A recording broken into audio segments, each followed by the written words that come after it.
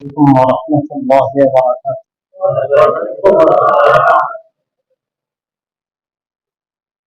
الحمد لله نحمده ونستعينه ونستغفره ونشهد أن لا إله إلا الله وحده لا شريك له ونشهد أن سيدنا ومولانا محمدا عبده ورسوله. أما بعد فأعوذ بالله من الشيطان الرجيم. بسم الله الرحمن الرحيم. إنا أعطيناك الكوثر فصل لربك وانحر إن شانئك هو الأبتر. آمنا بالله صدق الله العظيم وصدق رسوله النبي الكريم ونحن على ذلك لمن الشاهدين والشاكرين والحمد لله رب العالمين. সকলে দিল থেকে তওবা নিয়তে ইস্তিগফার করি। আস্তাগফিরুল্লাহ আল্লাযী লা ইলাহা ইল্লা হুয়াল হাইয়ুল কাইয়্যুম ওয়া আতুবু ইলাইহি লা হাওলা ওয়া লা কুওয়াতা ইল্লা বিল্লাহিল আলিয়্যিল আযীম। আস্তাগফিরুল্লাহ আল্লাযী লা ইলাহা ইল্লা হুয়াল হাইয়ুল কাইয়্যুম وأتوب إليه لا حول ولا قوة إلا بالله العلي العظيم. اللهم صل على محمد وعلى آل محمد كما صليت على إبراهيم وعلى آل إبراهيم إنك حميد مجيد. اللهم بارك على محمد وعلى آل محمد كما باركت على إبراهيم وعلى آل إبراهيم إنك حميد مجيد. محترم معزز مكرم وصلي عليه আল্লাহ পাক রব্বুল আলামিনের দরবারে অগণিত অসংখ্য শুকর আদায় করি, যিনি সপ্তাহের শ্রেষ্ঠ দিন জুমার দিন, ইবাদতের দিন, গুনাহ থেকে বিরত থাকার বিশেষ একদিন এবং দোয়া কবুল হওয়ার দিন। এই দিনের অত্যন্ত গুরুত্বপূর্ণ ইবাদত জুমার সালাত আদায়ের উদ্দেশ্যে তার ঘরে আমাদেরকে সমবেত হওয়ার তৌফিক দান করেছেন। নামাজের অপেক্ষায় থেকে দিনই কিছু কথা বলার এবং শ্রবণ করার সুযোগ করে দিয়েছেন। এই জন্য দিল থেকে মুহাব্বতের সাথে শুকর আদায় করি আলহামদুলিল্লাহ। আরবি মাসটা চলছে রবিউল আউয়াল, বসন্তের প্রথম মাস। রবিউস সানি এটা বসন্তের দ্বিতীয় মাস, আরবি বসন্তের। আর এই মাসে সত্যিকার অর্থে শুধু আরবে নয়, সারা পৃথিবীর মধ্যে এমন এক বসন্তের আবির্ভাব হয়েছিল যার আগমনে যার আবির্ভাবে, যার স্পর্শে এই গুনাহে ডুবন্ত পৃথিবীটা নতুন এক জীবন লাভ করেছিল। তিনি হলেন মুহাম্মদুর রাসূলুল্লাহ সাল্লাল্লাহু আলাইহি ওয়াসাল্লাম। যার নামের মধ্যে মুহাব্বত, যার ব্যক্তি সত্তার মধ্যে মুহাব্বত, যার আগমনটা দুনিয়ার জন্য রহমত, যার অস্তিত্বটা দুনিয়ার জন্য রহমত। আল্লাহ পাক রব্বুল আলামিন কোরআনে কারীমের সূরা আনফালের এক আয়াতের মধ্যে ইরশাদ করেন যে আপনি যতদিন এই জগতে আছেন আমি মানুষকে শাস্তি দেব না, আযাব দেব না। রাসূল করিম সাল্লাল্লাহু আলাইহি ওয়াসাল্লাম পেরেশান হয়ে গেছেন যে তাহলে আমি তো স্থায়ী না, আমার অনুপস্থিতিতে আমার কি অবস্থা হবে। রাসূল করিম সাল্লাল্লাহু আলাইহি সাল্লামকে আল্লাহ পাক সান্ত্বনা দিয়েছেন যে আপনার অনুপস্থিতিতেও, আপনার অবর্তমানেও যদি আপনার উম্মত আপনার এক সুন্নাতকে ধরে রাখে, আপনার এক আদর্শকে আঁকড়ে থাকে, তাহলে আমি তাদেরকে যে কোনো আযাব আর মুসিবত থেকে হেফাজত করব। রাসূলের অস্তিত্বটাই ছিল হেদায়েত, রাসূলের অস্তিত্বটাই ছিল রাহমত এবং বরকত। রাসূল করিম সাল্লাল্লাহু আলাইহি ওয়াসাল্লামের একটা সুন্নাহ, যেটা আমরা গত 2 সপ্তাহ আলোচনা করছিলাম, ইস্তেগফার। যে রাসূল করিম সাল্লাল্লাহু আলাইহি ওয়াসাল্লামের জীবনে ইস্তেগফারটা কেমন ছিল, সাহাবায়ে কেরামের জীবনে ইস্তেগফার কেমন ছিল, এই বিষয়গুলো আমরা গত 2 সপ্তাহ লাগাতার আলোচনা করছিলাম। আমাদের আলোচনাটা রবিউল আউয়াল কেন্দ্রিক না। আমি আলোচনা শুরুতে বলেছিলাম যে রবিউল আউয়াল উপলক্ষে আল্লাহর রাসূলের আলোচনা, আল্লাহর রাসূলের শানে নাতে রাসূল অবশ্যই মোবারকবাদ পাওয়ার যোগ্য, কিন্তু এটাকে রবিউল আউয়ালের মধ্যে সীমাবদ্ধ না রাখা, বরং আগামী রবিউল আউয়াল পর্যন্ত এটাকে চলমান রাখা। অর্থাৎ আমার জীবনের, আমার সপ্তাহের প্রতিটা দিন, আমার মাসের প্রতিটা দিন, আমার বৎসরের প্রতিটা মাস, আমার জীবনের প্রতিটা মুহূর্ত যাতে মুহাম্মদুর রাসূলুল্লাহ সাল্লাল্লাহু আলাইহি সাল্লামের জিকির, ফিকির, আল্লাহর রাসূলের স্মরণ, আলোচনার মধ্যেই থাকে। এই বিষয়ে হযরত হাকিমুল উম্মাত থানভী রাহমাতুল্লাহি আলাইহির একটা ঘটনা আছে। একবার যখন আমাদের এই বাংলাদেশ, ভারত, পাকিস্তান সবটা একসাথে, সেই সময়ের কথা,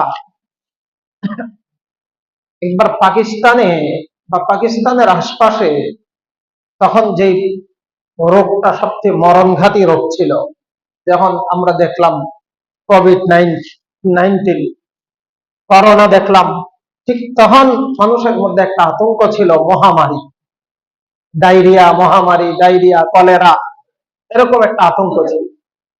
যেদিকে শুরু হইতো শুধু মানুষ মরতেই থাকতো। তো একটা এলাকার মধ্যে কলেরা শুরু হয়েছে, ডায়রিয়া শুরু হয়েছে, তো মানুষ সমানে মরতেছে। ওই সময়ে একজন মিথ্যা নবুয়তের দাবিদার ছিল, তার নাম ছিল, বলতে পারেন কি, মির্জা গোলাম আহমদ কাদিয়ানী। তার নাম মির্জা গোলাম আহমদ কাদিয়ানী। সে কি সত্য নবী না ভণ্ড নবী? কি বলেন, সত্য নবী না ভণ্ড নবী? আমাদের নবীর পরে কোন নবী, আমাদের নবীর চেয়ে শ্রেষ্ঠ কোন নবী, নবীর চেয়ে মুহাম্মদুর রাসূলুল্লাহর পরে কোন নবী নাই, মুহাম্মদুর রাসূলুল্লাহ থেকে শ্রেষ্ঠ কোন নবী নাই। উনি সর্বশেষ, উনি সর্বশ্রেষ্ঠ। আমরা সর্বশেষ উম্মত, আমরা সর্বশ্রেষ্ঠ উম্মত। আমাদের শ্রেষ্ঠ হওয়া এটা আমাদের কল্যাণ না, এটা নবীর কল্যাণে, এটা নবীর কারণে। রাসূল করিম সাল্লাল্লাহু আলাইহি সাল্লামের উম্মতের মধ্যেই একটা অসভ্য উম্মত, একটা পথভ্রষ্ট মির্জা গোলাম আহমদ কাদিয়ানী। তার এলাকার নাম কাদিয়ান, এই জন্য তাকে কাদিয়ানী বলে। সে ভ্রষ্ট, পথহারা, বিপদগামী, কাফের হওয়ার কারণে তার কোনো অনুসারী নাই এমনটা কেউ ভাববেন না। তারও কিন্তু অনেক অনুসারী আছে। তার 1 নম্বর অনুসারী হলো শয়তান, তার 1 নম্বর অনুসারী হলো শয়তান, আর বাকিটি হলো সব শয়তানের মুরিদ। মির্জা গোলাম আহমদ কাদিয়ানীর কাছে তার মুরিদরা, তার দলের লোকজন গেছে যে কলেরা তো আমাদের দিকে ধেয়ে আসছে, আমরা কি করতে পারি? তো বলছে, আমি আল্লাহর সাথে কথা বলছি, আমার বোঝাপড়া হয়ে গেছে, এখন আর এদিকে আসবে না, এদিকে এই কাদিয়ান নামক যে শহর আছে, এই শহরের মধ্যে আসবে না। আল্লাহ পাকের কি হিকমত, আল্লাহ পাকের কি কুদরত, যেই গতিতে কলেরা আগাইতেছিল, তার শহর পর্যন্ত পৌঁছতে অন্তত আরো 7 টা 2-1 লাগতো। ইতিহাস মধ্যে লিখছে, যারা ইতিহাস সংরক্ষণ করেছে, তারা লিখছে যে সে যেই দিন এই কথা বলেছে, ওই রাত্র থেকে তার শহরের মধ্যে কলেরা শুরু হয়ে গেছে। সে বলেছে কি, আল্লাহর সাথে আমার কথা হয়েছে, আমি যেহেতু এখানে আছি, আমি নবী, নাউজুবিল্লাহি মিন যালিক, অতএব এদিকে কলেরা আসবে না। স্বাভাবিক গতিতে কলেরা আসলে কতদিন লাগতো? 2 লাগতো, 2 সপ্তাহ লাগতো। কিন্তু সে এই কথা যেই দিন বলেছে, রাত্রে এলাকায় কলেরা শুরু হয়ে গেছে। এখন মানুষ গিয়ে ধরছে, আপনি তো বলছেন আসবে না, এখন ওরে না, আমি তো বলছি যে এই এদিকে আসবে না মানে আমার পরিবারের মধ্যে আসবে না, এদিকে আসবে না মানে মিথ্যুক কত পর্যায়ে, বলে এদিকে আসবে না মানে আমার পরিবারের মধ্যে আসবে না। কিন্তু আল্লাহ পাকের হুকুম, আল্লাহ পাকের হিকমত আর কুদরত, ওই দিনই তার বড় ছেলে কলেরায় আক্রান্ত হয়ে মারা গেছে। মানে তার এলাকায় পড়ছে, তার পরিবারও আক্রান্ত হয়েছে। আর ঘটনাক্রমে সে কলেরায় মারা যায় নাই, পরবর্তীতে এক সময় সে মারা গেছে বড় নির্মম ভাবে। আগের দিনের যে টাট্টিখানা ছিল, খোলা পায়খানা, সেই পায়খানার মধ্যে পড়ে তারপরে মারা গেছে। যারা মিথ্যা নবুয়তের দাবিদার হয়, তাদের পরিণামটা এত খারাপ হয় যাতে এর থেকে মানুষ শিক্ষা গ্রহণ করে। কিন্তু তার বিপরীত হযরত হাকিমুল উম্মাত থানভী রাহমাতুল্লাহি আলাইহি বলেন, আমি কোনো উপায় পাইতেছিলাম না যে কলেরার থেকে বাঁচার উপায়টা কি। উনি বলেন, আমি চিন্তা করলাম যে রাসূল করিম সাল্লাল্লাহু আলাইহি সাল্লামের একটা জীবনী লেখা শুরু করি। আল্লাহর রাসূলের একটা জীবনী আমি লেখা শুরু করি। উনি ওই জীবনীটা লেখা শুরু করেছেন। উনি বলেন, আমি অল্প দিনের মধ্যে জীবনীটা লিখে শেষ করলাম। যে আমাদের অনেক নিকটে চলে আসছিল কলেরা, যেদিন থেকে আমি আল্লাহর রাসূলের জীবনী লেখা শুরু করেছি, আল্লাহ পাক কলেরাকে এই এলাকা থেকে দূরে সরাইয়া দিয়েছেন। বলে এটা আমার কোনো কামাল না, আমার কোনো পূর্ণতা না, এটা আমার কোনো বৈশিষ্ট্য না। মুহাম্মদুর রাসূলুল্লাহ সাল্লাল্লাহু আলাইহি সাল্লামের আলোচনা যেখানে হবে, আল্লাহর রাসূলের জীবনী আলোচনা যেখানে হবে, সেখানে আল্লাহ পাক সব আযাব থেকে হেফাজত করবেন, মুসিবত থেকে হেফাজত করবেন। এই জন্য হযরত শাহ ওয়ালিউল্লাহ মুহাদ্দিসে দেহলভী রাহমাতুল্লাহি আলাইহির একটা বিখ্যাত কিতাব আছে, হুজ্জাতুল্লাহিল বালিগা। এই কিতাবের মধ্যে উনি লিখেছেন, যেখানে রাসূল করিম সাল্লাল্লাহু আলাইহি সাল্লামের আলোচনা হয়, সেখানে আল্লাহ পাক সরাসরি আসমান থেকে রহমত নাযিল করেন। ইন্নাল্লাহা ওয়া মালাইকাতাহু ইউসাল্লুনা আলান নবী, ইন্নাল্লাহা ওয়া মালাইকাতাহু ইউসাল্লুনা আলান নবী, ইয়া আইয়ুহাল্লাযীনা আমানু সাল্লু আলাইহি ওয়া সাল্লিমু তাসলিমা। আয়াতটা তো অনেকেরই মুখস্থ, আয়াতের অর্থ অনেকে জানি, বিশেষ করে যারা মিলাদপন্থী আছে। মিলাদ যদিও শরীয়তে নাই, আপনারা পছন্দ করেন না, আলহামদুলিল্লাহ। যারা পড়ে এরা বেশি পড়ে, কিন্তু তাদের সাথে তাদেরই পড়া দরকার না, এটা আমাদেরও পড়া দরকার। আমরা মনে করি এটা মিলাদের আয়াত, আসলে এটা মিলাদের আয়াত না, এটা কোরআনে কারীমের আয়াত। এটা রাসূল করিম সাল্লাল্লাহু আলাইহি সাল্লামের সিরাতের আয়াত, রাসূল করিম সাল্লাল্লাহু আলাইহি সাল্লামের রহমতের আয়াত, আল্লাহর রাসূলের প্রতি দুরূদ পড়ার আয়াত। এটা মিলাদের আয়াত না, এটা কোরআনে কারীমের আয়াত, এটা সকলের পড়া দরকার। আয়াতের অর্থ কি? ইন্নাল্লাহা ওয়া মালাইকা, আল্লাহ এবং ফেরেশতারা। কে কে? আল্লাহ এবং ফেরেশতা। আল্লাহ পাক রব্বুল আলামিন তো সকলের খালেক, আল্লাহর কিন্তু কোনো ইবাদতের প্রয়োজন নাই। আছে? আল্লাহ কোনো ইবাদত করেন না, কোনো ইবাদতের ওনার দরকারও নাই, উনি সকল কিছুর ঊর্ধ্বে। কুল হুয়াল্লাহু আহাদ আল্লাহুস সামাদ। আল্লাহ কারো মুহতাজ না, সকলেই তার মুহতাজ, সকলেই আল্লাহর মুখাপেক্ষী। কিন্তু আল্লাহ পাক রব্বুল আলামিন নবীকে এত বেশি মহাব্বত করেন, নবীর আলোচনা আল্লাহ নিজেও করেন, আল্লাহ নিজেও করেন। আল্লাহ নিজেও নবীর জিকির, নবীর স্মরণ, নবীর প্রতি রহমত আল্লাহ পাক নাজিল করেন। ইন্নাল্লাহা ওয়া মালাইকাতাহু ইউসাল্লুনা আলান নবী। আল্লাহ বলেন নিশ্চয়, কথাটা এইভাবে বললেও তো হতো, কিন্তু আল্লাহ পাক এইভাবে বলেন নাই, এটাকে আরো গুরুত্ব আরোপ করেছেন। নিশ্চয় আল্লাহ এবং তার ফেরেশতারা, এবং শুধু এক ফেরেশতা না, সকল ফেরেশতা, সকল ফেরেশতা। ফেরেশতা সংখ্যা কত কারো কোনো জানা নাই, অগণিত ফেরেশতা সকলে মিলে রাসূল করিম সাল্লাল্লাহু আলাইহি সাল্লামের উপরে কি করেন? রহমত এবং দরুদ পাঠ করেন। এরপর আল্লাহ বলেন এত বড় আমল এটা, মানে রাসূলের আলোচনা করেন, রাসূলের সিরাত পর্যালোচনা করেন, রাসূলের স্মরণ তারা করেন। আল্লাহ বলেন ইয়া আইয়ুহাল্লাযীনা আমানু সাল্লু আলাইহি ওয়া সাল্লিমু তাসলিমা। হে ঈমানদার, তুমিও নবীর প্রতি সালাত ও সালাম পেশ করো, তুমিও নবীর আলোচনা করো, তুমিও নবীর জিকির ফিকিরের মধ্যে থাকো।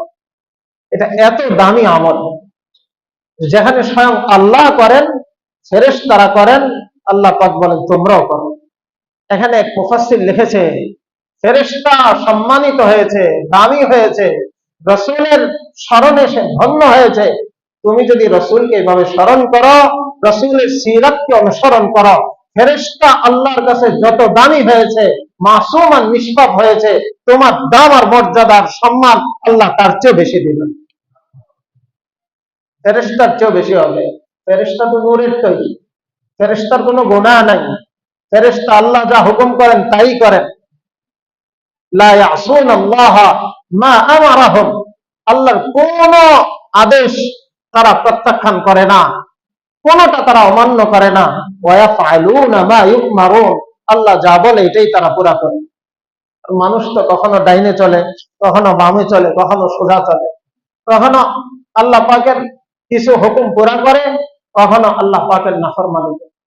সেই মানুষগুলোকে আল্লাহ পাক এই অফার দিলেন, এত সুযোগ দিলেন যে তুমি যদি নবীর স্মরণে ধন্য হও, নবীর অনুসরণে নিজের জীবনটাকে তুমি রাঙিয়ে তুলতে পারো, তাহলে কি হবে?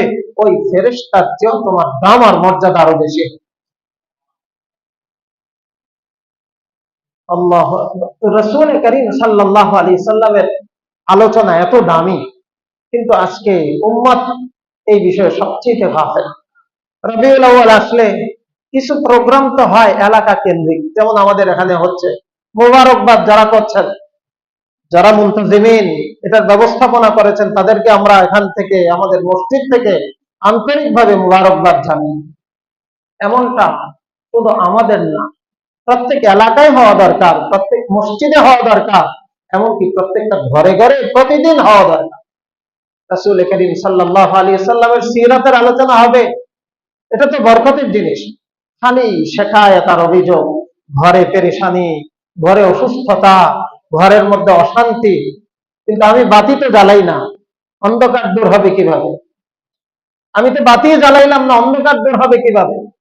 মনে রাখবেন, রাসূল করিম সাল্লাল্লাহু আলাইহি সাল্লামের সবচেয়ে বড় সিরাত হলো কোরআন কারীম। আম্মা জান আয়েশা রাদিয়াল্লাহু তাআলা আনহাকে কোন এক ব্যক্তি জিজ্ঞাসা করেছে, মা কানা খুলুকু রাসূলিল্লাহি সাল্লাল্লাহু আলাইহি ওয়াসাল্লাম, আল্লাহর রাসূলের জীবনীটা কি?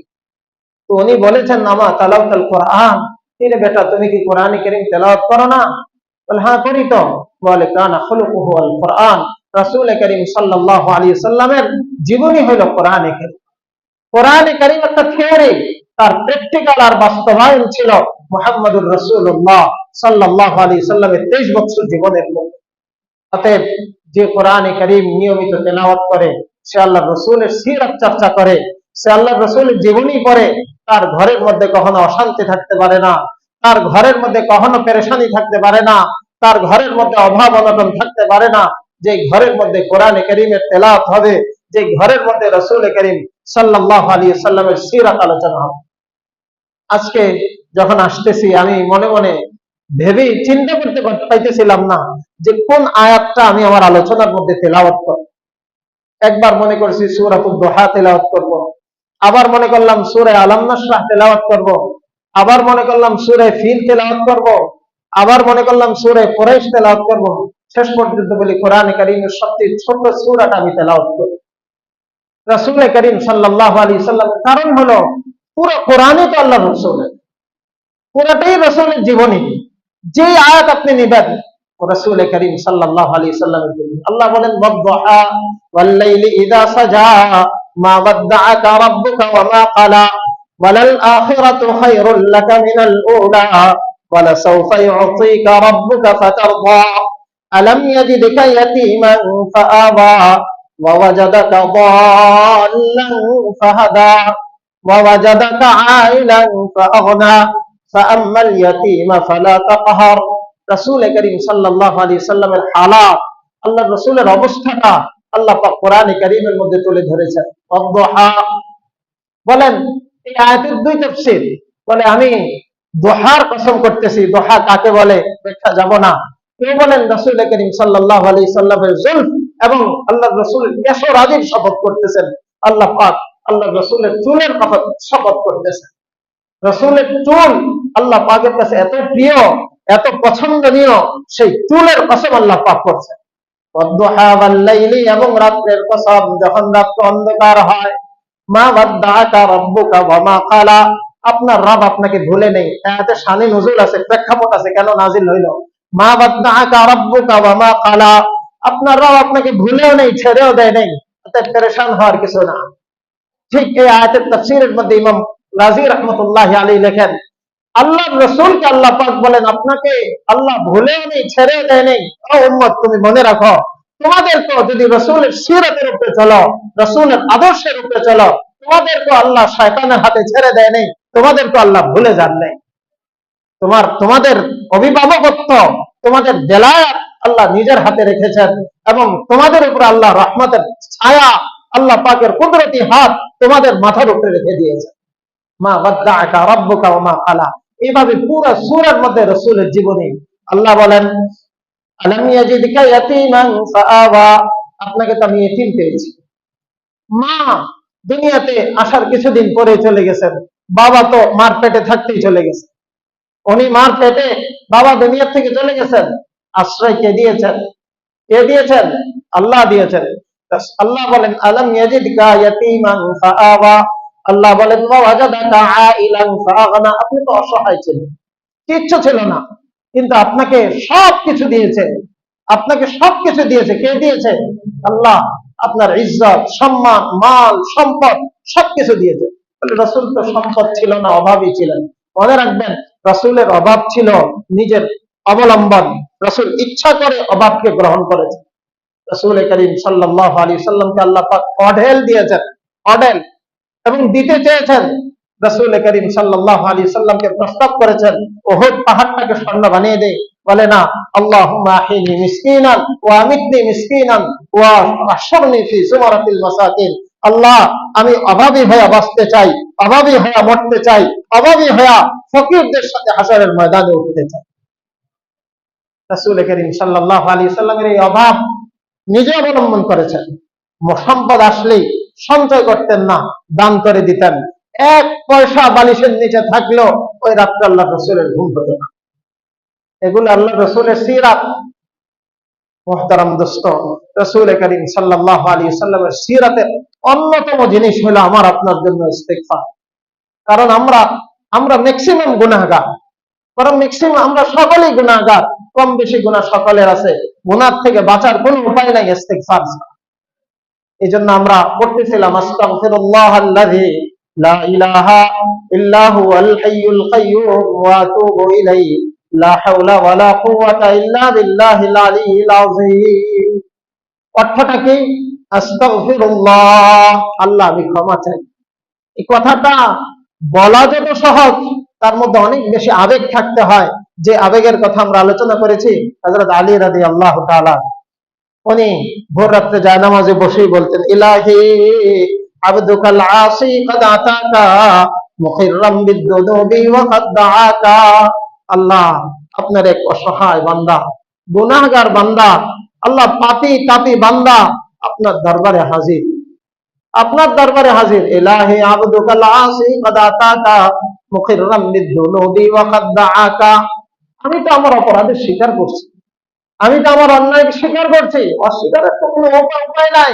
কারণ ওয়াইদা সুহুফ নুশিরাত, সব তো লেখা আছে, কিরামুন কাতিবিন ইয়ালামুনা মা তাফআলুন, সব এখানে লিখতেছে। ইযা জুলজিলাতিল আরদু জিলজালাহা ওয়া আখরাজাতিল আরদু আথকালাহা, জমিন সব সাক্ষী বের করে দিবে। আল্লাহু আকবার।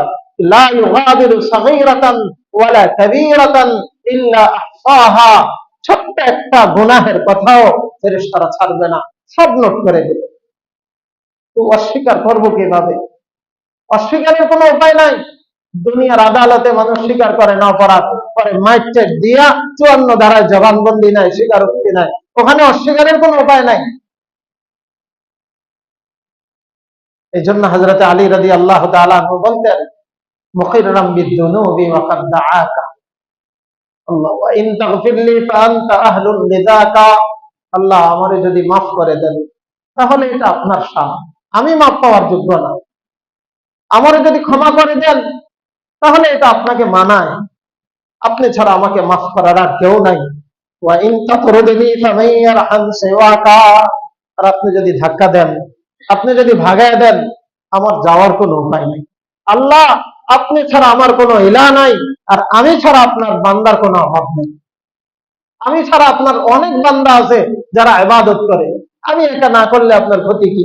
সকলেই বা না করলে ক্ষতিটা কি? কিন্তু আপনি যদি আমাকে মাফ না করেন, আমাকে মাফ করার কিন্তু আর কেউ নেই, আমাকে মাফ করার আর কেউ নাই।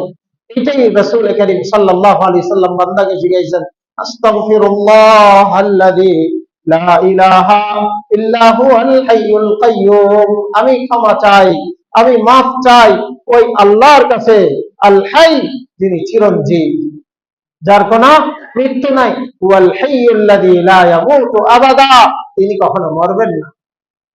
মৃত্যু তাকে কখনো স্পষ্ট করে না, করতে পারে না, মৃত্যু কারো তার কখনো আসবে না।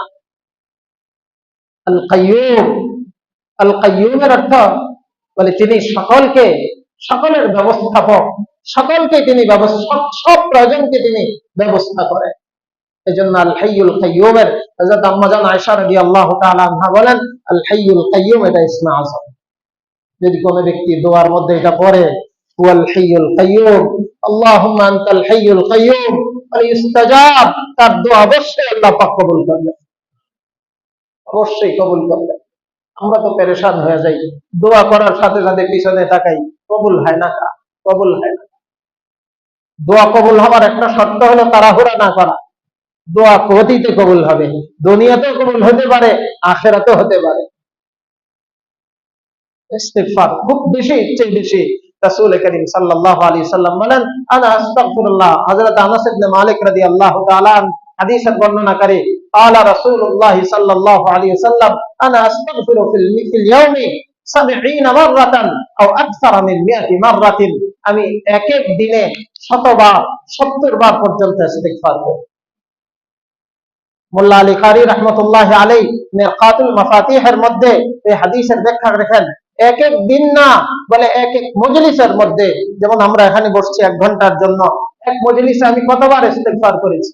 রাসূল করিম সাল্লাল্লাহু আলাইহি সাল্লাম, যিনি সাইয়্যিদুল আম্বিয়া, সাইয়্যিদুল মাসুমিন, সাইয়্যিদুল মুরসালিন, তিনি এক এক মজলিসের মধ্যে 70 বার, 100 বার, বরং তার চেয়েও বেশি ইস্তিগফার করেন,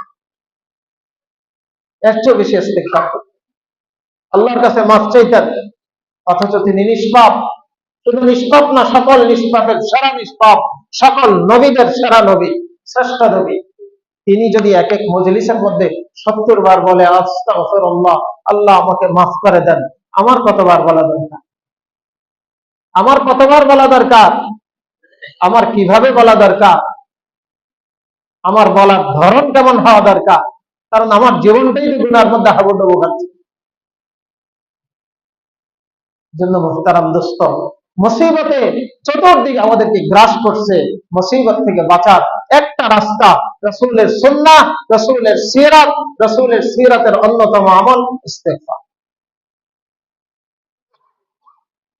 আস্তাগফিরুল্লাহাল্লাযী লা ইলাহা ইল্লা হুয়াল হাইয়ুল কাইয়্যুম ওয়া আতুবু ইলাইহি। আল্লাহ আমি আপনার দিকে ধাবিত হচ্ছি, গুনাহ ছেড়ে দিচ্ছি। এজন্য গুনাহ, তওবা, তওবার অর্থ হলো আমি তওবা করতেছি, আমি আপনার দিকেই ফিরতেছি। তওবার শাব্দিক অর্থ হলো আর-রুজু, আল্লাহর দিকে ফিরে যাওয়া। কিন্তু আল্লামা সৈয়দ সুলতান মাহমুদ আলুসী রাহমাতুল্লাহি আলাইহি তাফসীর রুহুল মাআনির মধ্যে লিখেন, আত-তাওবা হিয়া তারকুল মাসিয়া, গুনাহকে ছাড়ো। আত-তাওবা হিয়া নাদামা, গুনাহর উপর অনুতপ্ত হও। আত-তাওবা হিয়াল আযীমা আলা আল্লা ইয়াউদা ইলাল মাসিয়া, গুনার দিকে না যাওয়ার জন্য সংকল্প করো আর করবো। গুনাহকে ছাড়ো, অনুতপ্ত হও, গুনার দিকে ফিরে না যাওয়ার জন্য সংকল্প করো, প্রতিজ্ঞাবদ্ধ হও। এটা তওবা। ওয়া আতুবু ইলাইহি লা হাওলা ওয়ালা কুওয়াতা ইল্লা বিল্লাহিল আলিয়্যিল আযীম। লা হাওলা আনিল মাসিয়াতি ওয়ালা কুওয়াতা আলা তাআতি ইল্লা বিইমদাদিল্লাহ। আপনার সাহায্য ছাড়া কোনো অন্যায় থেকে বাঁচতে পারবো না, আপনার সাহায্য সহযোগিতা ছাড়া কোনো ইবাদত আমি করতে পারবো না। লা হাওলা ওয়ালা কুওয়াতা ইল্লা বিল্লাহিল আলী। এইভাবে ইস্তিগফার বেশির চেয়ে বেশি, এইভাবে বেশির চেয়ে বেশি। এটা রাসূলের সিরাত, এটা রাসূলের জীবনের একটা অবিচ্ছেদ্য অংশ। আল্লাহ রাসূলের সিরাত করেন, দেখেন ইস্তিগফার কিভাবে কি হবে।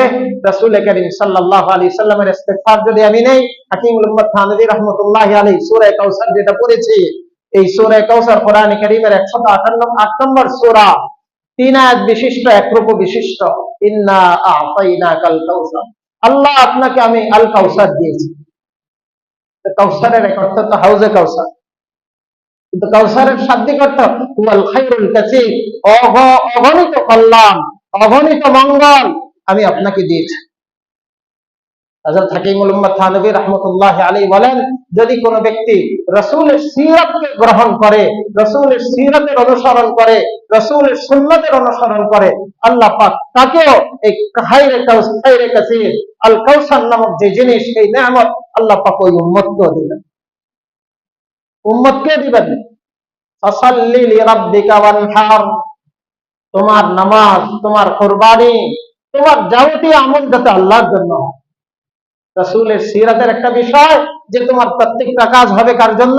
আল্লাহর জন্য। তোমার জীবনের প্রতিটা কাজ আল্লাহর জন্য। তখন ব্যক্তি আল্লাহর জন্য করবে, তখন কি গুনাহ করবে? এমনি গুনাহ ছুটে যাবে। শুধু এক নিয়তের কারণে সব গুনাহ ছেড়ে দিয়ে গুনাহ মুক্ত জীবন আল্লাহ পাক তাকে দান করবে। কেউ বিড়ি খাবে, সিগারেট, বড় বড় নামাজি মানুষ, পাক্কা নামাজি মানুষ সিগারেট খায়, আশ্চর্য বিষয়, অথচ মুক্তে গন্ধ আসে, ফেরেশতারা কষ্ট পায়। জিনিসটা অনেক ছোট, কিন্তু তার পরিণাম অনেক ভয়াবহ, অনেক খারাপ, অনেক খারাপ। এই জন্য আমি বিনীত ভাবে একেবারে করজোর দুই হাত জোর করে, যাদের অভ্যাস আছে আল্লাহর রাস্তায় ছেড়ে দেই, অনেক গুনাহ আমি ছেড়ে দিছি, এটা ছাড়তে পারবো না কোনো বিষয় হলো, নিজের সাথে বোঝাপড়া করি, আর কতদিন, আর কতদিন আল্লাহর জন্য। কেউ তো বিড়িটা আগুন লাগায়, আমি আল্লাহর জন্য একটা সুখ টান দিতেছি, এমন কি কেউ বলে না? এটা আল্লাহ, কোনো গুনার জন্য কাম আল্লাহর জন্য হয় না। যদি নিয়তটা এরকম করে, আল্লাহ পাক এমনি গুনাহ ছাড়া করবে। ফাসাল্লি লিরাব্বিকা ওয়ানহার ইন্না শানিআকা হুয়াল আবতার। রাসূল করিম সাল্লাল্লাহু আলাইহি সাল্লামের সব ছেলে সন্তানগুলো যখন মারা গেছে, কাসেম, তাইয়্যিব, তাহের, তো কাফেররা বলা বলি করতেছিল, আরে মুহাম্মদ তো একবারে নির্বংশ হয়ে গেল, তার নাম নেওয়ার তো কেউ থাকবে না দুনিয়ার মধ্যে। তো আল্লাহ পাক বলেন, ইন্না শানিআকা হুয়াল আবতার, রাসূল আপনার নাম তো জনে জনে নিবে, কদমে কদমে মানুষ নিবে, পলকে পলকে নিবে, তাদের নাম নেওয়ার কেউ থাকবে না, তারা নির্বংশ হয়ে গেল। আপনার আমি ওয়ারাফা'না লাকা যিকরাক আলাম নাশরাহ লাকা সাদরাক ওয়ারাফা'না লাকা যিকরাক। আল্লাহ আপনার নামকে তো আমার নামের সাথে সমন্বিত করেছি। আমার নাম যে আজান থেকে, যে মিনারা থেকে ধ্বনিত হবে, পৃথিবীর প্রতিটা প্রান্ত থেকে ধ্বনিত হবে, আল্লাহু আকবার, আল্লাহু আকবার, সেখানে আপনার নাম উচ্চারিত হবে, আশহাদু আন্না মুহাম্মাদান আবদুহু ওয়া রাসূলুহু, আশহাদু আন্না মুহাম্মাদার রাসূলুল্লাহ। আল্লাহর নামের সাথে রাসূলের নাম উচ্চারিত হবে, তাদের নাম নেওয়ার কেউ থাকবে না। নামটাও মুহাম্মদ, মানে চির প্রশংসিত, যার প্রশংসার কোনো কি নাই, শেষ নাই। ইনশাআল্লাহ আল্লাহ পাক যদি তৌফিক দান করেন, ইন্না শানিআকা হুয়াল আবতার এবং মুহাম্মদ নামের উপর আগামী সপ্তাহে ইনশাআল্লাহ বিস্তারিত আলোচনা করব। আজকে যে বিষয়গুলো আলোচনা করেছি, আল্লাহ পাক এগুলো আমাদেরকে বোঝার, মনে রাখার, আমলি কথা যেগুলো আসছে এগুলো নিজের জীবনে বাস্তবায়ন করার তৌফিক দান করেন।